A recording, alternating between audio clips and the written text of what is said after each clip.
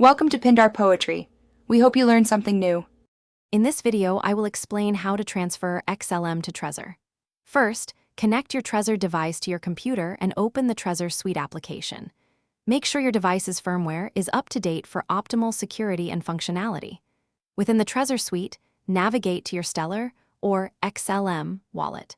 This is where you will manage your XLM assets. It's crucial to always use the official Trezor Suite for all transactions. Once in your Stellar wallet, click on the Receive tab to generate a new XLM receiving address. This address is unique to your Trezor wallet. You will also see a memo ID, which is essential for Stellar transactions. Copy both the address and the memo ID precisely. Then, go to your exchange or the platform where your XLM is currently held and paste these details into the withdrawal section. Before finalizing, always double-check the XLM address and memo ID you've entered. A small error could result in lost funds.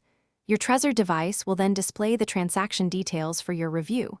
Carefully verify that the amount and destination address match what you intended.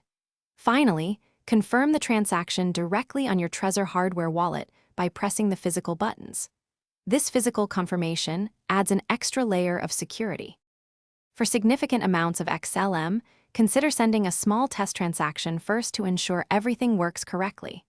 This can save you from potential issues. Remember to keep your Trezor recovery seed phrase extremely secure and offline. It's the only way to restore your wallet if your device is lost or damaged.